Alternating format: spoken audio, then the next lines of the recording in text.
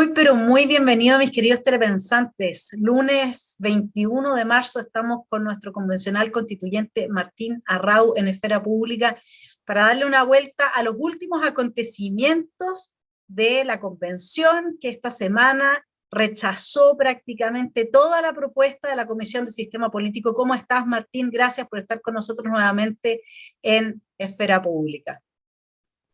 Hola Vanessa, no, muy bien por acá, empezando esta semana, empezando el otoño y efectivamente una semana que avanzó poco la convención, ¿no? Así que no hay tantas novedades en artículos nuevos, pero sí en muchas otras cosas como siempre. Sí, hay algunas cosas tan tremendas como el tema del aborto libre, ¿no? Que avanzaron ahí hasta un punto en el que prácticamente se podría aniquilar al niño cuando está naciendo, digamos, o sea, con absolutamente ningún límite, y eso ha generado una reacción de parte de la Iglesia Católica, que también fue muy vilipendiada a través del cura Berrío por el gobierno, ¿no es cierto?, la ministra, la democrática ministra de la Mujer, y la supresión de la libertad de conciencia. ¿Cómo se ve esa discusión y cuál es el ambiente que se dio en torno a este punto?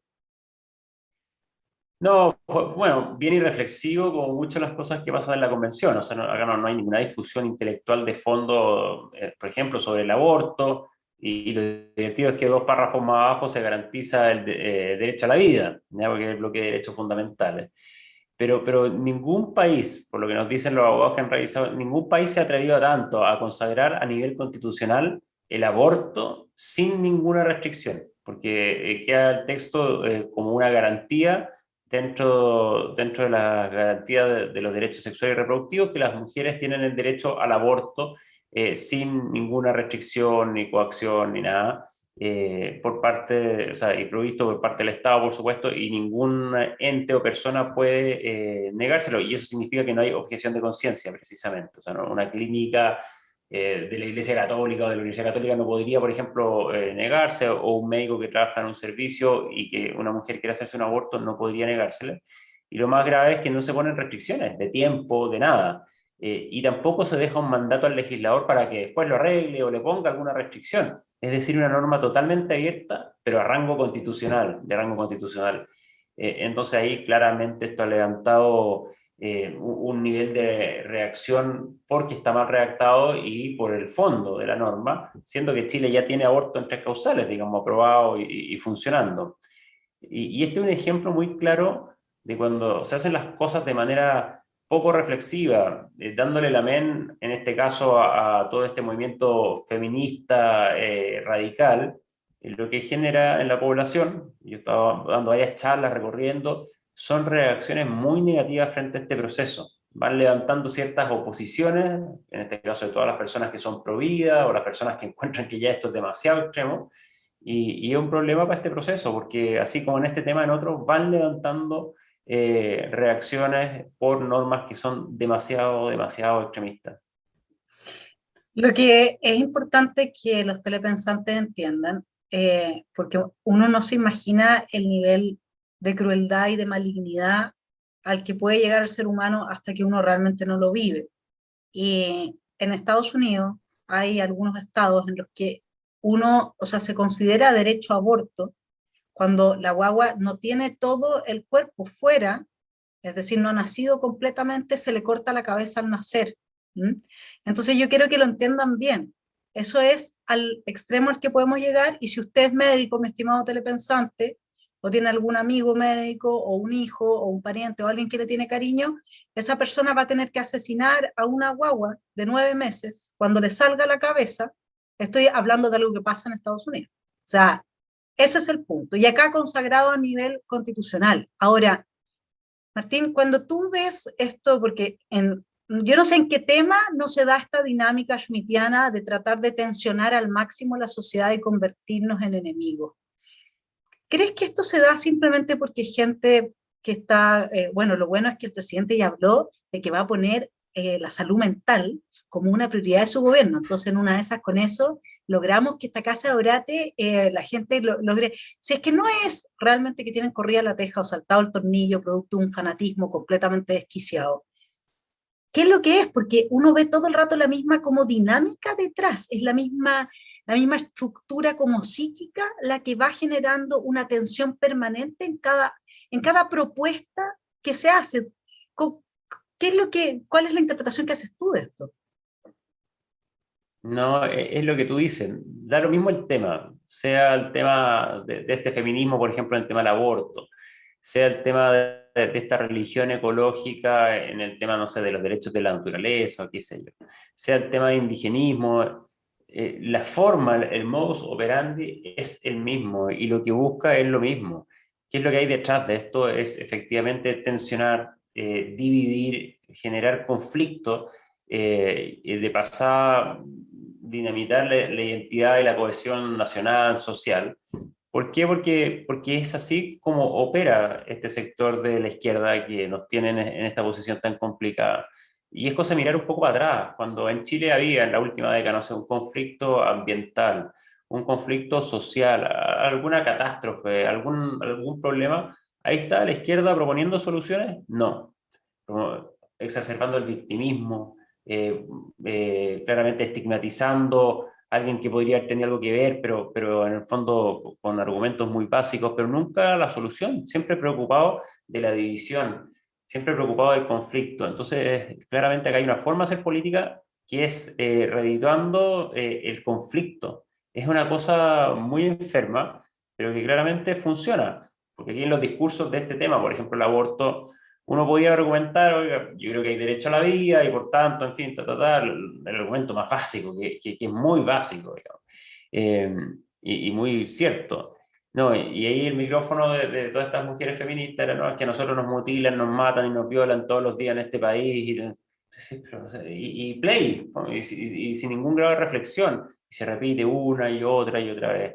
Y lo Oye, pero veíamos la semana que pasó en Chile. el intento de femicidio, ahí es que Siches no convocó ninguna protesta ni nada de las feministas, ¿no? No, ninguna, y lo veíamos esta semana además con estas niñitas que llevaban 2 días de clase y ya habían sido tratadas de, no sé, de abusar, de ser abusadas y todo el cuento y con marcha, y unos videos atroces gritándole a sus compañeros de clase, conflicto nuevamente dentro de la sala de clase, hombres y mujeres divididos, y lo peor es que está bien. Eh, Todo este tema de la violencia, lo que sea, lo vemos en la Constitución, en cada una de las normas. O sea, cada norma elige cualquiera de los capítulos o bloques temáticos que estamos viendo y en todos está que la minoría sexual, la cuestión sexogenérica, que las mujeres, que la igualdad sustantiva de género. Y de hecho, en el informe que se rechazó estaba en cada uno de los capítulos eso y los pueblos originarios y la naturaleza, como derechos de la naturaleza muy mal abordados. Y en el fondo lo que hacen es perpetuar este conflicto, porque claramente es lo que les permite a ellos estar en esta lucha. Sí, y ahí en el tema de los derechos de la naturaleza, hoy día tenemos en el Mercurio una carta de Eugenio Rivera, la Fundación Chile 21, defendiendo, por supuesto, que nuestro planeta, que lo queremos y lo amamos, y entonces Chile tiene que frenar su desarrollo y a no hacer absolutamente nada más que genere emisiones de CO2. Pero si tú vas a los informes de la Unión Europea, te das cuenta que China, Estados Unidos, entre ellos dos son el 44% de las emisiones del CO2, que si a eso sumas India y Rusia, llegas al 55%, y quedó una lista de un total de 184 países. Chile está en el 140 del contaminante, o sea, del 1, que es el más contaminante, Chile está en el número 140. Todo esto es, desde mi punto de vista, no sé cómo lo percibes tú, pero yo ya llega un momento en que uno se enoja. El otro día un amigo me manda un video de Rocío Cantuaria diciendo, haciendo una referencia, digamos, a que tenga la preferencia que tenga de tener su modo de vida en materia sexual, que la tenga, ¿sí? Y ella lo decía un poco más explícitamente, Muy que la bien. tenga, pero que por favor se hablen de las cosas, ¿no? Que aquí estamos como nación, como nación-estado, tratando de proyectar, si lo demás está bien, pero es cosa de cada quien, ¿no? Y ella lo decía en forma muy categórica y enfática, y un amigo mío me decía, no, esto yo lo encuentro tremendo. Le dije, pero es que tienes que entender que llega un momento en que uno está chato, o sea, de verdad, y si hay algo que a mí me tiene cansada, y eso que yo ni siquiera estoy en la convención, por suerte, sino que simplemente lo estudio y lo converso contigo, es este tema de enarbolar estos buenismos amplios bajo los cuales ni siquiera se está realmente defendiendo con conocimiento empírico lo que se dice defender, como los derechos de la naturaleza. Eso es para oprimir a la gente. No, pero es que, olvídate, en cada tema no hay datos, no hay argumentos. Esta semana, no sé en cuál de todas las discusiones se hablaba de libertad de expresión y decía que todos los medios de comunicación de Chile eran de derecha y que estaban concentrados en un 98%. No sé cómo llegan a esas cifras, no sé cómo llegan a esa conclusión. En los temas de medio ambiente uno ve una falta de argumentación y conocimiento técnico absoluto, absoluto, absoluto. En cada uno de los temas que uno ve, es impresionante. Entonces, esto es un debate que simplemente un panfleteo, nadie se escucha con nadie, y por eso Rocío y muchos otros de repente llegamos a esto que decimos, ay, que esto es un desastre, si nadie se escucha con nadie. O sea, acá no hay un debate intelectual, y mucha gente me escribe y me dice, mira, es que aquí hay un paper muy bueno, que es el dato, y uno dice, oye, nada, si aquí tenéis 2 minutos para hablar, que nadie se escucha, y que al final esto es una discusión de que nadie se va a mover de su posición. Acá no hay un verdadero interés por llegar a acuerdos, por transar. Y lo vimos precisamente en el informe que se votó esta semana, que fue el escándalo más grande, que fue el de sistema político, con 90 y tantos artículos, 96 artículos, y se rechazaron 93 artículos de ese informe. Y es porque el Frente Amplio y el Partido Comunista no llegan a acuerdos. Y ya vamos para los 9 meses de convención y no llegan a acuerdos, y se rechazó todo. Y son tan descarados que en un programa de televisión le echan la culpa a la derecha, como si nosotros tuviéramos algún poder de incidencia. Entonces, nadie le interesa moverse de sus posiciones y están acá para instalar su ideario ideológico. Y no se mueven, y por eso no hay ningún grado de debate ni interés de avanzar. Pero bueno, esas son las condiciones. ¿Y Y hoy cuál es el día, desacuerdo que yo creo tienen que esencialmente, Martín? Porque uno diría que Frente Amplio y Partido Comunista hoy día están en el gobierno juntos. Es verdad que ya se ve que algunos afirman que hay presos políticos mapuches y otros dicen que no. Se empiezan a ver las primeras fisuras. Pero ¿dónde pelean ellos? ¿Qué es lo que los divide? no, millones, o sea, la pelea es constante, se odian, uno ve las tensiones en las comisiones y es una cosa, pero impresionante. Pero yo te diría que, bueno, en este caso, en este informe que se rechazó, es la existencia o no del Senado, ¿ya? Que unos quieren eliminar completamente y que haya una mega cámara plurinacional, paritaria, inclusiva, tolerante, todas estas cosas, una cámara muy grande de diputados y diputadas. Y los otros quieren efectivamente que siga existiendo un Senado, bueno, y ahí no llegan a ningún acuerdo. Pero fue patético, porque imagínate que es un informe que se ha trabajado por meses dentro de una comisión. Se llega al Pleno con estos 96 artículos, donde sale que existe esta cámara que son de diputados muy grande, unicameral, con al menos 205 miembros, elegidos por supuesto que en paridad, con escaños reservados, con todo lo que queramos. Eh, y se vota y se aprueban 3 artículos, pero muchos de los artículos, o varios de los artículos, se rechazaron con 0 votos, otros con 3 votos a favor. O sea, si alguien votó, presentó ese artículo juntando firmas, lo votó a favor en la comisión para que llegara al pleno, y ni siquiera en el pleno lo vota a favor, tú decías, aquí hay algo muy, muy raro. O sea, la contradicción ya en sí mismo. Y es un informe que quiero que la gente entienda que es muy grave, porque en otras cosas, en los derechos fundamentales, uno va a discutir si ese derecho al final hay cómo implementarlo o no, el alcance, en fin. Pero acá es la estructura, la arquitectura del sistema político, ya que es una de las cosas básicas de las constituciones. Y lo que se pretende en la propuesta es que haya una sola cámara, por ahí se crea una cosa territorial, pero que no es nada, es una sola cámara, que es este Congreso Plurinacional, sin Senado, sin un tribunal constitucional firme, con un poder judicial que no va a ser independiente, porque recordemos que se había aprobado que los jueces los nombra un consejo que tiene una composición altamente política del Parlamento. Un contralor que también lo va a nombrar por mayoría de esta Cámara, a propuesta del presidente que haya, y sin una iniciativa exclusiva del presidente en materia de ley importante, puede intervenir en ciertas cosas, pero sin iniciativa. Entonces, el que se gana esta Cámara es un all-in, o sea, se ganó todo. y ahí con la capacidad precisamente en el futuro de quedarse en el poder, como ha pasado en muchos países. Y aquí lo único que creo que la gente entiende es que son muy importantes los contrapesos. Hoy día hay leyes pésimas que tramitan los diputados y el Senado es capaz de ponerle razonabilidad a eso, o al revés, o algo lo puede parar el Tribunal Constitucional o el Poder Judicial. Pero acá está quedando todo sin contrapeso, centrado en esta Cámara plurinacional, con escaños reservados, con paridad de género, con todas las cosas que existen, reconociendo los genocidios indígenas y todo lo que queramos, pero muy concentrado el poder en un organismo y por suerte se rechazó, pero vamos a ver qué llega en ese informe de reemplazo. Pero este informe, como venía, es muy, muy aberrante y ojo que ya no existen leyes de quórum más alto, es todo con 50%. Y bueno, todo por supuesto con pedirle permiso a los pueblos originarios si es que hay que hacer leyes que tengan que ver en los territorios, todo con un nivel de poca reflexión y de calidad muy mala y concentrando el poder en un solo órgano. Y eso al final es receta para una tiranía. Y esos son los comunistas los que avanzan, me imagino, pues, fundamentalmente esa opción. Y entonces Frente Amplio estaría más bien, yo sé que los socialistas están a favor de conservar el Senado, pero Frente Amplio tendría una posición dividida o tendría una posición en bloque a favor del Senado.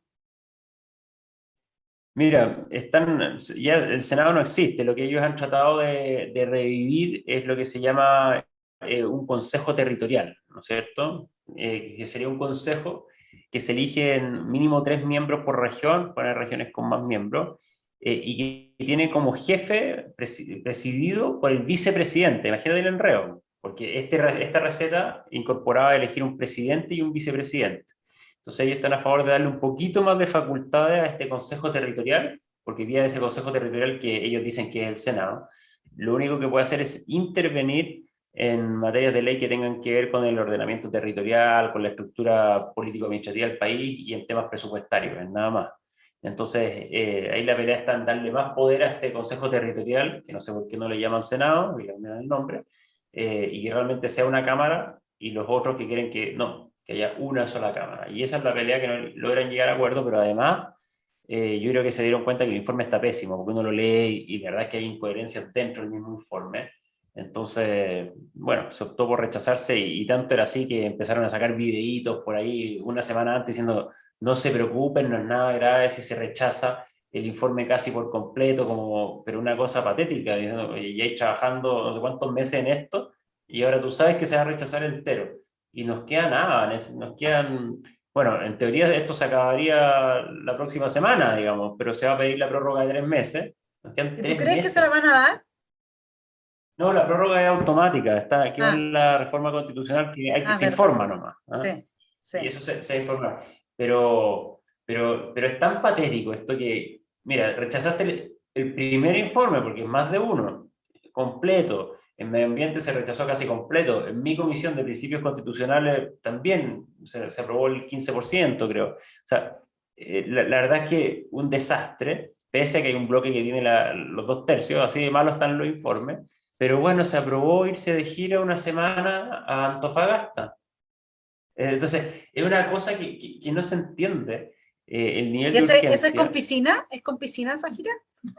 No, eso es con piscinazo, con todo, no, la verdad, no. Yo no pretendo ir, yo ya te juro que uno Oye, que ha pero Martín, trabajado hay toda que la vida y compartir paga con los impuestos, compañeros. no, yo la verdad es que todo lo que sea gasto fiscal extra prefiero no compartir. ¿Ah? Prefiero ahorrarle esos pesos a los contribuyentes. De hecho, yo no trato de cobrar lo mínimo que se pueda porque esto ya me da vergüenza. La verdad es que me da Ahora, Martín, vergüenza ¿cómo te hasta explicas ser tú parte. que hoy día salga una columna en el Mercurio donde Agustín Squella dice que estamos acercándonos cada vez más a ser como Alemania, gracias a las propuestas de la convención? ¿Habrá ido a Alemania, don Agustín, o no? Sí. Bueno, yo lo puedo invitar, o sea, él me cae muy bien y creo que es un gran aporte, pero yo No, está en mi francamente comisión y no, no entiendo cuál es el yo le punto. tengo ¿Qué gran será? respeto.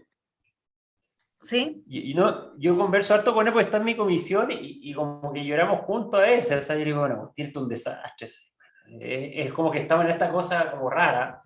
Eh, pero camino a Alemania y de hecho en la comisión que estamos con él, que es Principios Constitucionales, que se rechazó una gran mayoría, de hecho se rechazó que Chile sea un Estado social de derecho, que sería como lo que podría acercarte a Alemania en el papel, porque, o sea, solo para que entendamos, yo creo que todos los que nos están viendo lo saben, pero acá hay un problema también de capital humano y de historia, digamos, muy diferente para acercarnos a Alemania. Hay mucha gente que cree que porque copiamos la constitución de un país, cosa que no estamos haciendo, porque hasta Además. el momento está quedando mucho más mala que cualquier constitución, yo creo, excepto la de, no sé, Bolivia, Ecuador, Venezuela, que la usan de ejemplo. Pero esta gente cree que si ponemos la constitución igual a la de Alemania, vamos a ser Alemania al día siguiente. Es una cosa bien, bien curiosa. Y te citan a cada rato países que tienen monarquía. Es una cosa, pero súper rara. Te nombran países de ahí, de los Países Bajos, qué sé yo. Oye, tú decís, ¿estos países tienen monarquías algunos? Y tú decís, bueno, te los nombran como ejemplo. Y no sé, no sé qué pretenderán ellos, pero claramente esta es una constitución que es anti-inversión, anti-estabilidad. Ayer yo pensaba, porque estaba viendo unos temas, recordando la casi guerra de Chile con Argentina en los 80, yo creo que me salta el tema, pero no hubo conflicto, ¿no es cierto? Chile tuvo paz y llevamos, me acordé de la guerra de Rusia con Ucrania, en fin. Chile no ha tenido conflictos bélicos en muchas décadas en un barrio que es complicado, que es Latinoamérica. ¿Por qué? Porque ha tenido efectivamente una de estado de defensa muy, muy sólida, estable. A Chile le ha ido bien porque ha tenido políticas económicas de estabilidad, de seriedad, y eso ha permitido tener el bienestar que tenemos en Chile. Pero la gente no entiende eso, no entiende. Entonces aquí se propone, ¿no?, que todas estas reformas maravillosas, ¿cómo hay que hacerlas? Quitándole todo el presupuesto a defensa. Eh, entonces tú ves que proponen cosas tan absurdas que no entienden de por qué se ha dado la historia reciente de Chile de tal o cual manera, que bueno, uno pierde un poco la esperanza en el proceso. Así que no sé cómo Agustín Esquella afirma que vamos camino a Alemania. Sí, porque es bien distinto de lo que dice Boris cuando plantea que lo que salga va a ser mejor que la constitución que tenemos, o Arrasa cuando dice que el gobierno tiene que votar a prueba. O incluso Eso, Patricia Politzer, que por último uno diría una gran periodista, una mujer, digamos, que uno respeta. Uno oye el nombre Patricia Politzer y será de izquierda y todo, pero obviamente que uno está frente a alguien que es razonable y que tiene una trayectoria muy respetable. Y dice que en Chile no conocemos la democracia.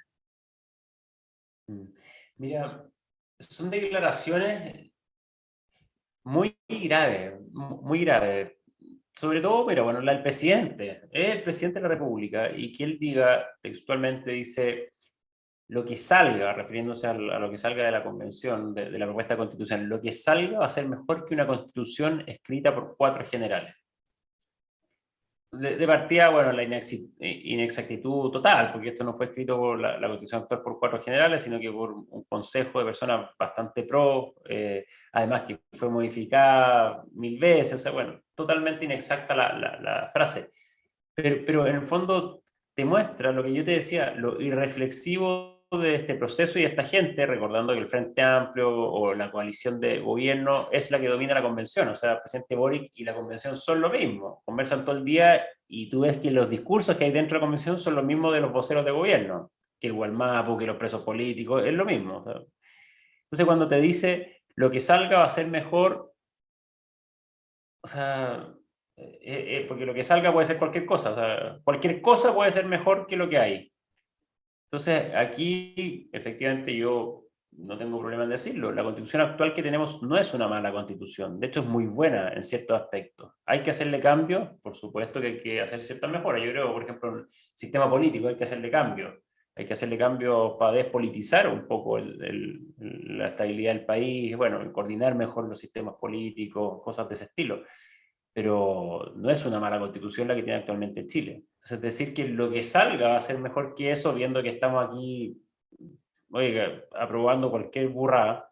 Es preocupante porque te dice la falta de seriedad de este gobierno y llevamos una semana. O sea, eso muestra pero que una irresponsabilidad total, por un lado. Y por otro, que un gobierno tiene que ser neutro ante un proceso eleccionario que haya. O sea, la neutralidad es clave, que claramente no lo va a hacer. O sea, ya cuando el presidente sale diciendo eso, aquí vamos a tener un gobierno haciendo campaña.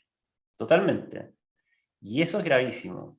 Y eso muestra, imagínate si es que se aprueban estas propuestas de que hay una cámara única y gente como la que hay hoy día gobernando no tiene el poder en esa cámara. O sea, ya la política de los manuales de la ministra del Interior para pautear a los medios de comunicación, eso ya va a ser nada, instrucción o te cierro el canal. O sea, a ese nivel se está aprobando en otros informes que el Estado puede intervenir y crear medios de comunicación. Son cosas muy preocupantes que a mí me da pena porque yo hago hartas charlas y cuesta que la gente entienda o crea, no, si eso no va a pasar. Como, mira para el lado, mira lo que están diciendo, si acá hay que despertar. Y eso, bueno, es fundamental en lo que estamos aquí evangelizando día a día. Sí, y ahí en ese sentido, Martín, ¿cómo ves tú la influencia de la Comisión de Venecia y la influencia de la ONU? Que la ONU ha citado varias veces, y yo aquí tengo una invitación, las coordinaciones de las comisiones sobre derechos fundamentales y participación popular invitan a sus integrantes al lanzamiento del programa Educación Popular Constituyente para el día lunes 7 de marzo, era esto a las 9 horas en la sala de hemiciclo. O sea, ¿qué pasa con la influencia de estas entidades internacionales? Que uno dice, bueno, aunque no te guste, a mí no me gusta el globalismo, o lo que sea, no creo que la Comisión de Venecia vaya por ahí, pero sí la ONU. Sin embargo, hasta el globalismo tiene cierto aspecto de razonabilidad, digamos, que no es esto que es por lo que este programa se llama La Casa de Orate, y por eso que yo me río bastante, a pesar de lo dramático y lo trágico que es esta situación, porque realmente cuesta, así como tú decías, cuesta que la gente se haga la idea que esto va a pasar. También cuesta cuando uno está fuera y no está dentro de la convención como estás tú, aunque uno lo lee, aunque uno lo ve en televisión, hay algo que se resiste a aceptar que tengamos a personas planteando ese nivel de propuestas que ni siquiera un niño de 5 años, o sea, hasta un niño de 5 años diría, desde el sentido común diría de muchas de ellas, ¿cómo vas a matar a una guagua? ¿No? Una cosa como, o sea, cuesta, la Mira, verdad.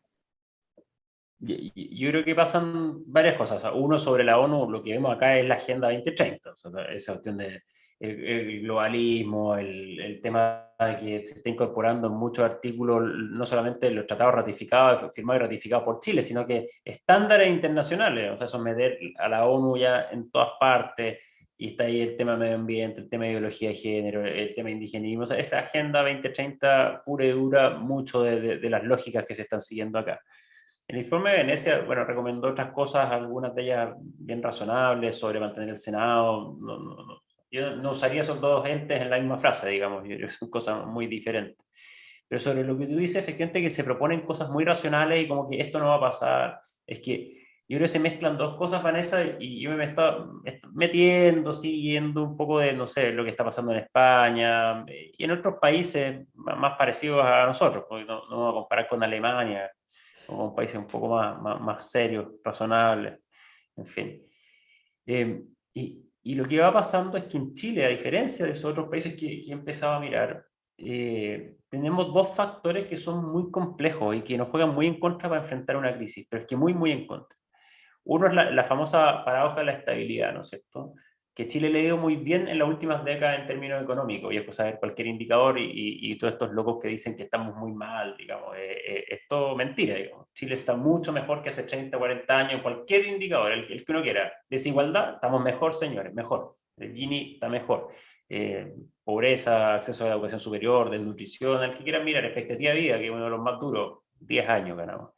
Entonces, tú cuando tienes un periodo de bonanza y estabilidad tan largo, la gente efectivamente se vuelve lejana a la política, no entiende el poder de daño y claramente cuando te dicen va a quedar la embarrada, oye, aquí va a llegar un dictador o le abres la puerta a un sistema totalitario o alguien quiere quitar libertades. No, sí, pues mira, llegamos. La generación actual da por sentado que va a estar mejor el próximo año o en 10 años más que lo que está hoy día. Da por sentado que sus hijos van a estar mejor que ellos, porque es lo que ellos han vivido, porque nunca nos ha tocado una guerra, porque nunca nos ha tocado una crisis profunda, estoy hablando de los últimos 30, 40 años, que es la generación que hoy día está entrando en la política.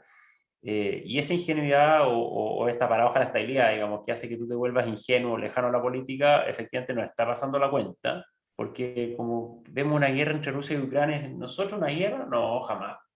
cuando hablas con gente que estuvo en el sur, apostada, digamos, acuartelada en la casi guerra con Argentina, esa gente ve esto de manera muy diferente. Esa gente está preocupada por la destrucción de la identidad nacional, en fin.